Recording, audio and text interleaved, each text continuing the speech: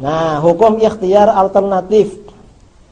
Ini jadi menurut mazhab Hanafi ya, tamimah atau jimat yang isinya terdiri dari tulisan ayat-ayat Al-Quran atau asma Allah, hukumnya boleh digunakan. Kalau jimat yang isinya tidak diketahui atau tidak dipahami oleh pemiliknya, hukumnya makruh. Karena khawatir isinya berupa sihir atau kalimat-kalimat kufur. Mazhab Maliki boleh menggantungkan tulisan-tulisan kalung ya, yang mengandung asma Allah di leher si pasien orang sakit dengan tujuan tabarruk apabila tidak bermaksud melawan penyakit ain. Maksudnya mengalungkan jimat itu sebelum terkena penyakit ain. Apabila penyakit ain telah menyerang, maka boleh juga melakukan ruqyah dan mengalungkan jimat. Kemudian di mazhab Maliki juga boleh mengalungkan jimat yang mengandung sebagian asma Allah. Boleh juga mengalungkan pada hewan, wanita haid yang sedang janabat, muslim maupun kafir. Walaupun isinya jimat tersebut banyak Qur'annya, asal jimat tersebut ditutup, nggak dibuka, boleh. Jadi sampean yang jual jimat ada orang Cina beli tidak apa-apa, tapi tidak boleh dibuka gitu, karena Quran. Apabila jimatnya tidak tertutup, matikan aja. Apabila jimatnya tidak tertutup, maka tidak boleh, kecuali apabila tulisan Al-Qur'annya sedikit. Mazhab Syafi'i, mazhab kita ini ya, tentang jimat.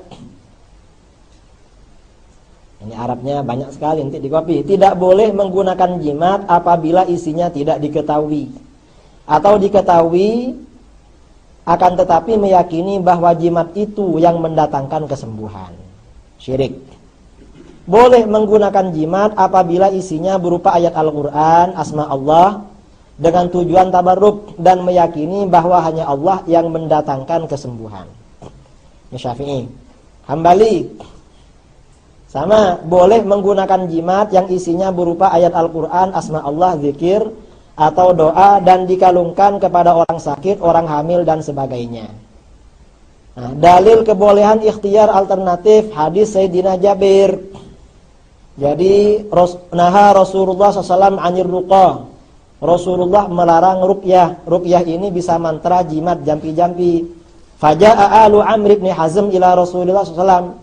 Lalu keluarga Amr bin Hazm datang, karena mereka keluarganya dukun semua, tukang alternatif.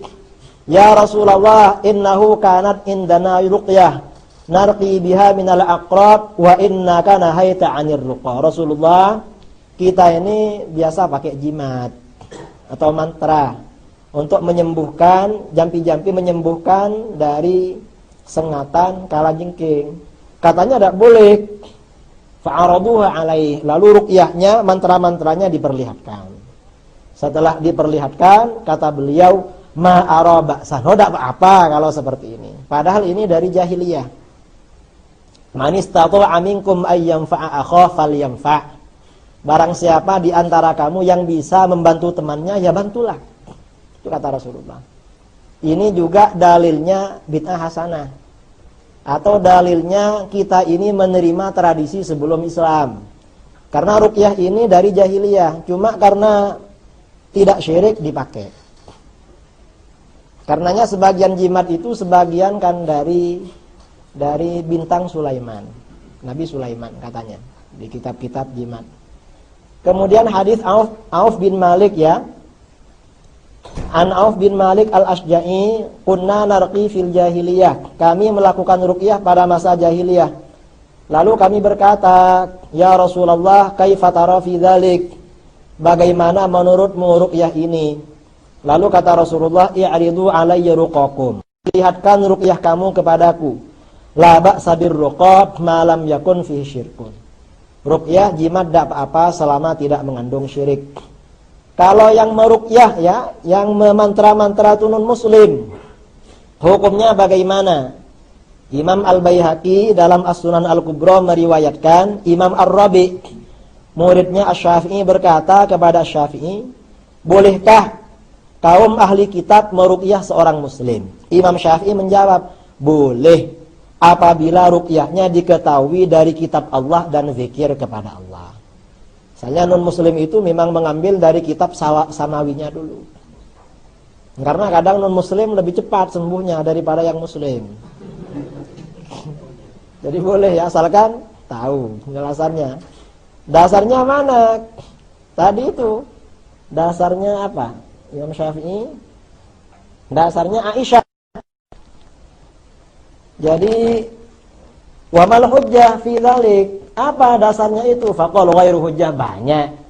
Wa amma riwayatu sahibina wa sahibik, kalau riwayat guru kita, fa inna Malikan akhbarana an Yahya bin Sa'id an Amrah binti Abdurrahman. Imam Malik menceritakan dari Yahya bin Sa'id dari Amrah bin anna Abu Bakar radhiyallahu an, Abu Bakar dakhala Aisyah, datang kepada putrinya Aisyah, wa hiya tashtaki, Aisyah sedang sakit demam, wa yahudiyatun tarqiha, ada seorang wanita Yahudi yang meruqyahnya. Ternyata oleh Abu Bakar dibiarkan. Aisyah ini muridnya Rasulullah, masa tidak tahu syirik? Faqal irqiha bi kitabillah, kata Abu Bakar, ya wis diruqyah asalkan pakai kitab Allah. Ini dasarnya. Lalu bagaimana ada hadis yang melarang ruqyah?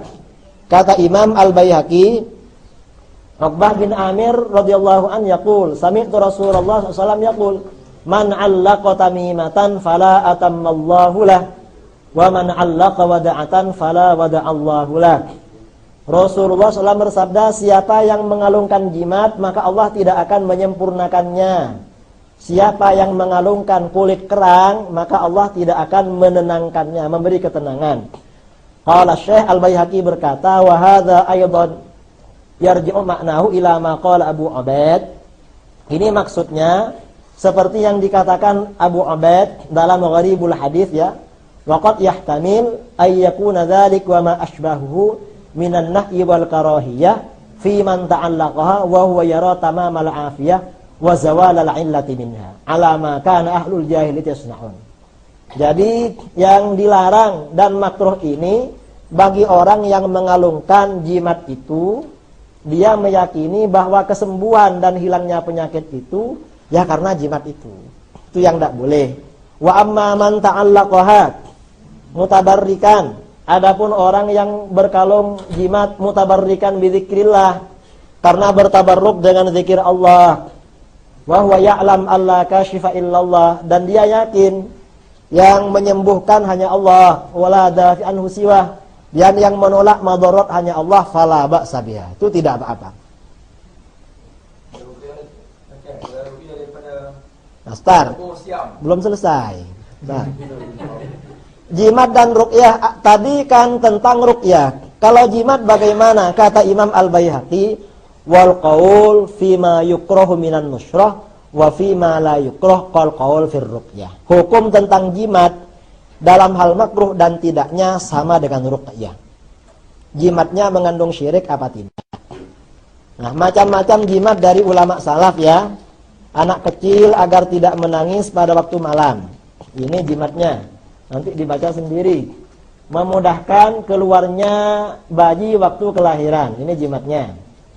Wanita gelisah karena sendirian di rumah. Ini jimatnya. Agar sembuh dari demam. Ini jimatnya ya. Ya pokoknya ini nanti di print, taruh di rumahnya jadi jimat ini. Kemudian hasiat nama-nama Ashabul Kahfi ya. Al-Mu'arrikh Ibnu Tulun dalam Dhahairul Qasar, qala Qadil Qudat Jamaluddin Abul Yuman Muhammad bin Abi Bakar Al-Maraghi Al-Madani, ya mayyaru mu'adda ahlil kahfi hum sab'atun ihfaz bi ghairi khulfi. Wahai orang yang menginginkan jumlah ahli kahfi, mereka ada 7, hafalkan. Wa innamal khulfu jara fit tasmiyah fakhudh 'alal masyhuri minha nazmiyah. Perbedaannya hanya dalam segi penamaan. Maka ambillah nama yang populer dari nazaman saya ini. Mukaslami natilwuhu amlikha wa maratun sya'akun musikha. Yang pertama mukaslamin, kedua amlikha, ketiga maratunis. Wa ba'dahu ya sohiyan yunis rukim. Yang keempat, wahai temanku adalah yang Yunis. Wasazamunis fatbiton wastaqim. Yang kelima sazamunis. Wa ba'dahu dawanawanis fastami. Yang keenam dawanawanis kadza kashfitit yalihi fattabi. Yang ketujuh kashfitit. Wa kalbuhum sya'asmuhu kitmiru. Anjingnya bernama kitmir. Thaminuhum haidha wal masyhuru. Ini yang kedelapan. Khasiatnya apa? Fa awwalul asma'i in katabtahu bi khirqatin thumma idza nabaltahu wastal hariku ukhmidat niranuhu fil waqti qad qalu ata burhanuhu. Nama yang pertama, kalau ditulis pada kain, lalu kamu lempar ke tempat kebakaran, padam apinya seketika. Ini ya. Berarti tidak perlu mobil kebakaran itu. Cukup lemparkan ini. Apa? Bahar Rajas kan nazaman ini. Wa thani'in katabtahu wa ulki fil bahri yaskun hayjuhu bisidqi. Nama kedua, kalau kamu tulis lalu dilempar ke lautan, maka ombaknya akan tenang. Jadi kalau bepergian, wa ayyu'allak thalithul asma'u bifakhidhil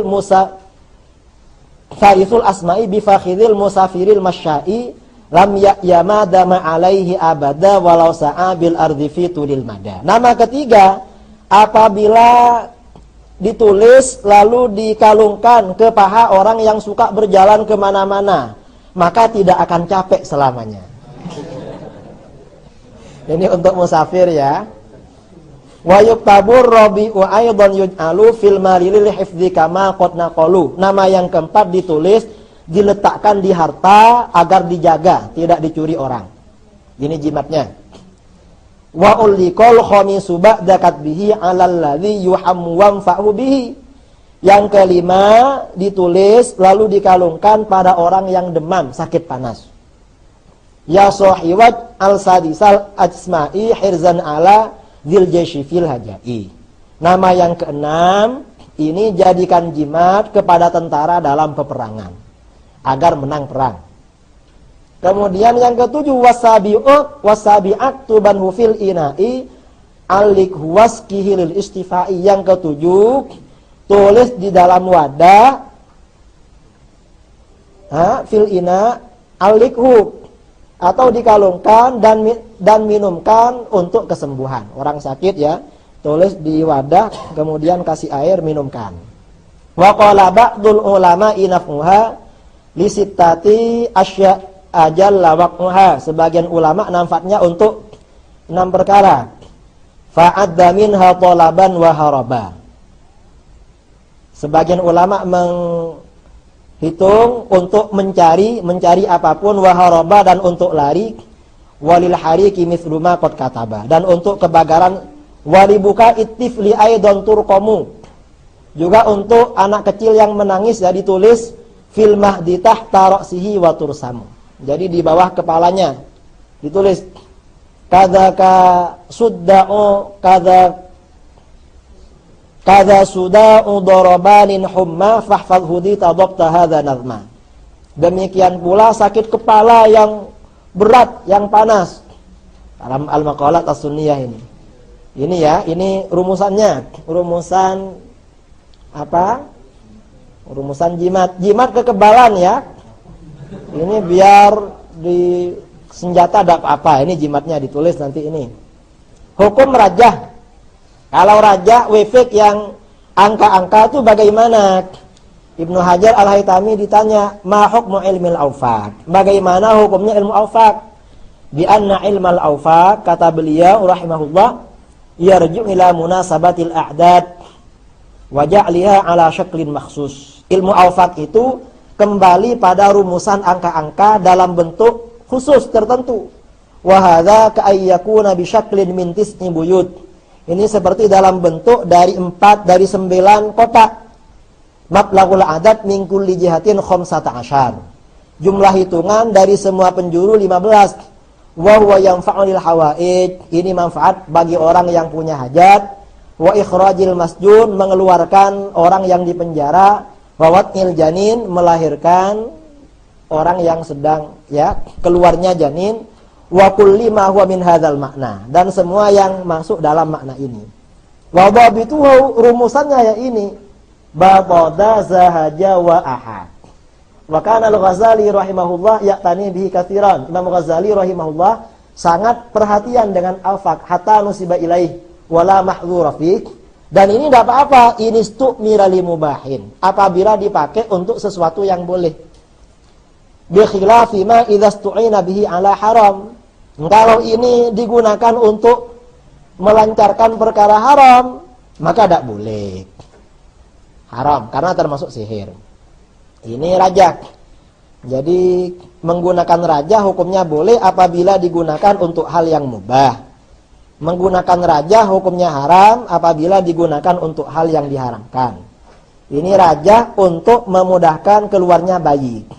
Jadi ini ditulis pada kain, lalu dilihatkan pada orang yang mau melahirkan. Suruh lihat, cepat keluar itu. Jadi kedua rajah tersebut ditulis pada dua kain yang tidak terkena air. Si hamil melihatnya dengan kedua matanya dan menaruhnya di bawah kedua telapak kakinya, maka bayi akan keluar secepatnya. Lari nanti keluarnya itu. Nah, cara membuat jimat nih caranya ya. Nanti Nah, hukum pengasihan ya. Gimana hukumnya orang agar ngejar-ngejar? Jadi kata para ulama, ma yustakhdamu li tahbibiz zawjah awiz zawj yusamma tiwalah. Jimat yang digunakan agar istri atau suami sangat cinta itu namanya tiwalah. Sarrahal Hanafiyah anna dzalika haram. Kata ulama Hanafiyah itu haram itu. La yahil tidak halal. Wa allal ibnu Wahban bi annahu dharbun minas sihri was-sihru haram. Karena itu termasuk haram. Wa muqtada annahu laysa mujarrada kitabati ayatin. Biasanya bukan cuma ayat-ayat Al-Qur'an, bal fi syai'un zaid, tapi ada tambahannya. Kemudian jadi tiwalah yaitu jimat pengasihan agar istri atau suami jatuh cinta, hukumnya haram karena termasuk sihir. Kemudian kalau pengasihan alami, wa amma ma tatahabbabuhil mar'ah ila zawjiha min kalamin mubah. Pengasihan alami seperti menggunakan kata-kata pujian dan rayuan. Misalnya ya, au ma talbasu lizina, atau pakai baju yang bagus-bagus biar suaminya tambah cinta. Au ajaza au tut'imuhu min aqarin mubahin akluhu, atau memberi makan kepada suaminya dari rempah-rempah yang boleh dimakan. Au ajazai hayawanin makulin, atau bagian hewan yang bisa dimakan mimma yu'taqad annahu sababun ila mahabbati zawjiha, yang memang diyakini suaminya tambah cinta. Itu ada memang, tapi tidak saya beritahu. Karena ada khasiatnya, maka annahu bagaimana? Faqala Ibnu Ruslan minasy-Syafi'i adz-dzahir anna hadza jaiz. Itu boleh. Ya carilah anunya. La a'riful an ma yamna'u fi syar'i. Termasuk kalau mahabbah umum, kalau orang disenangi orang, itu kelinci, terwelu. Apa terwelu itu? Dalam kitab-kitab itu yang suka makan terwelu orang senang. Atau kalau disenangi lawan jenis, rempah-rempah itu buah melati. Bunga melati. Tahu bunga melati? Ada ya? Nah, saya itu biasanya saya di Indonesia, kalau ada orang tua anaknya laki atau perempuan tidak segera menikah, biasanya saya kasih bunga melati. Bunga melati diminum atau dibuat mandi. Kalau bisa minum pakai teh, tapi kalau sudah kawin jangan minum itu, nanti dikejar perempuan. Itu ya. Apa? Ya entah itu khasiat, sama dengan kita sakit kepala minum bodrek, akhirnya sembuh. Ya Allah semua itu, cuma itu kan khasiat, itu juga dari Allah. Apa? Oh, jadi memang bunga melati itu termasuk. Oh ini direkam ya, Mbak. Mana-mana. Sudah, cukup ya. Mana-mana ini nanti dikira dukun ini.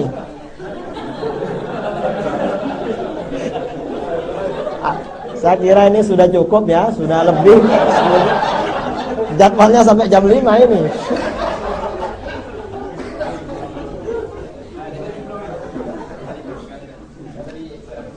Apa? Yang pernah ruqyah, boleh tak pergi kepada orang kafir untuk ubat? Tak mau siap, tak mana ada ikhtiar. Mau siap boleh, itu nak jangan buat polisi ke buang raya. Man murad. Mau siap mau orang kafir. Tapi mudah. Hah? Dia lebih baik. Kepada orang kafir. kafir. Bukan jin orang Islam tak buat. Bohong Islam cahaya boleh buat kan. Kita pergi sama bohong kafir seperti Siam atau Hindu. Boleh tak? Buat. Kalau yang tadi Imam Syafi'i kepada ahli kitab. Kalau itu bukan ahli kitab. Saya tidak tahu boleh apa enggak itu. Sepertinya tidak boleh. Tapi dilihat saja. Kalau ruqyahnya bukan syirik, karena orang jahiliyah itu ya, itu kan orang musyrik. Kalau ruqyahnya tidak syirik, itu boleh. Kalau ruqyahnya syirik, tidak boleh. Kalau tidak tahu, menurut Hanafiyah makruh. Syirik apa enggak tahu, ya makruh berarti.